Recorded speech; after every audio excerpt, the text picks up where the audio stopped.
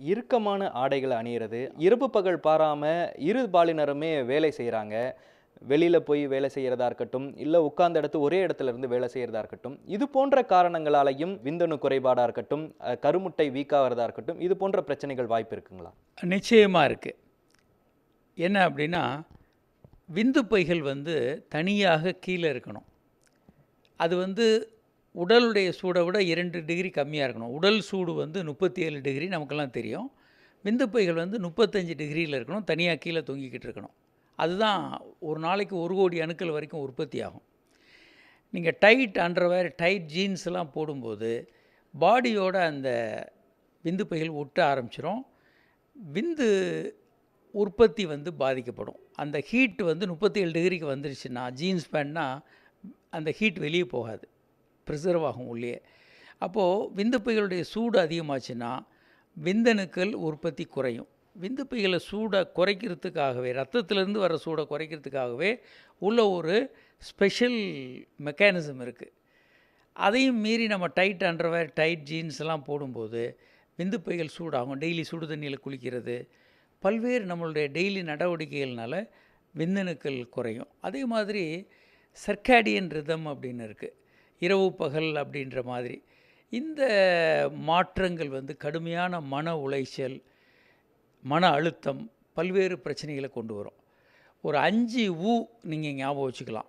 ஒன்று உணவு பழக்க வழக்கங்கள், நல்ல காய்கறிகள் பழங்கள் நிறைய சாப்பிட்ணும், அதுலேயும் இந்த பூச்சிக்கொல்லிகள் இருக்கக்கூடாது. அடுத்து உணர்வுகள், டிப்ரெஷன், ஆங்ஸைட்டி. இப்போ நைட்டில் போகிறவங்க பகலில் சரியாக தூங்க முடியாது, டிஸ்டர்பன்ஸ் இருந்துக்கிட்டே இருக்கும். டிப்ரெஷன், ஆங்ஸைட்டி, பதட்டம், இதெல்லாம் ஒரு காரணம். அடுத்து உடற்பயிற்சி இல்லாமல் இருக்கிறது. உறக்கம், ஒரு 6 மணி நேரத்துலேருந்து 7 மணி நேரம் நல்ல உறக்கம் அவசியம். அது இல்லைன்னா ஆண்மை குறைவு வரும், விந்தணுக்கள் குறைவு கண்டிப்பாக வரும். அடுத்து உடலுறவு, வாரத்திற்கு 3 முறை உடலுறவு அல்லது 4 முறை வைத்துக்கிட்டாங்கன்னா அவங்களுடைய வாழ்நாள் அதிகமாகும். ஒரு 20 நன்மைகள் இருக்குது. இளமையாக இருப்பாங்க, ஆரோக்கியமாக இருப்பாங்க, அவங்க நோய் எதிர்ப்பு சக்தி அதிகமாக இருக்கும், உற்சாகமாக இருப்பாங்க, மன மகிழ்ச்சியோடு இருப்பாங்க, டிப்ரெஷன் கம்மியாக இருக்கும், தற்கொலை எண்ணங்கள் கம்மியாக இருக்கும். இப்படி ஏராளமான நன்மைகள் இருக்குது. கொரோனா காலத்திலிருந்தே பார்க்கும் பொழுது இந்த ஒர்க் ஃப்ரம் ஹோம் கலாச்சாரம் அதிகரிச்சுட்டே இருக்குது சார். ஒவ்வொரு நாளும் வீட்டில் பல மணி நேரம் லேப்டாப்பை வச்சு வேலை செய்கிறாங்க. இதனால் ஆண்மை குறைவு ஏற்படுவதற்கான வாய்ப்புகள் அதிகமாக இருக்குன்னு நம்ம ஏற்கனவே சொல்லியிருந்தோம். அதை எந்த அளவுக்கு கவனத்தோடு இளைஞர்களும் இளம் பெண்களும் கையாளணும் சார்? லேப்டாப், செல்ஃபோன் விந்து பைகளை கடுமையாக பாதிக்குதுன்னு ஆய்வுகளில் நிரூபிச்சிருக்காங்க. எப்படி அப்படின்னா, லேப்டாப்பில் பேட்ரி கீழே தான் இருக்கும். நீங்கள் உங்கள் மடி மேலே லேப்டாப்பை வச்சு மணிக்கணக்கில் வேலை செஞ்சிங்கன்னா விந்து பை சூடாயிரும். நம்ம ஏற்கனவே பார்த்தோம், விந்து பைகள் 35 டிகிரியில் இருக்கணும்.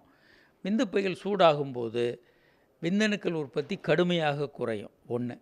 செல்ஃபோன் நீங்கள் பேண்ட் பாக்கெட்டில் வைக்கும்போது அந்த செல்ஃபோனுக்கும் விந்து பைகளுக்கும் உள்ள இடைவெளி ரொம்ப குறுகியதாக இருக்கும்.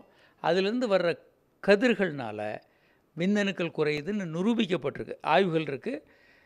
ஆக இந்த ரெண்டுமே ஆபத்தான விஷயங்கள் தான். பொதுவாக லேப்டாப்பை நம்ம ஒரு டேபிள் மேலே வச்சு யூஸ் பண்ணலாம், இல்லை வேறு ஒரு பொருட்கள் மேலே வச்சு யூஸ் பண்ணலாம். நம்ம மடி மேலே வச்சு யூஸ் பண்ணலாம், ஒரு டெம்பரவரியாக ஒரு 5 மினிட்ஸ் 10 மினிட்ஸ். மணிக்கணக்கில் நீங்கள் யூஸ் பண்ணும்போது கடுமையான பிரச்சனைகளை கொண்டு வரும். செல்ஃபோன் பேண்ட் பாக்கெட்டில் வைக்கிறதுனால கதிர்வீச்சின் மூலமாக விந்தணுக்கள் குறைபாடு தவிர்க்க முடியாமல் இருக்கும்.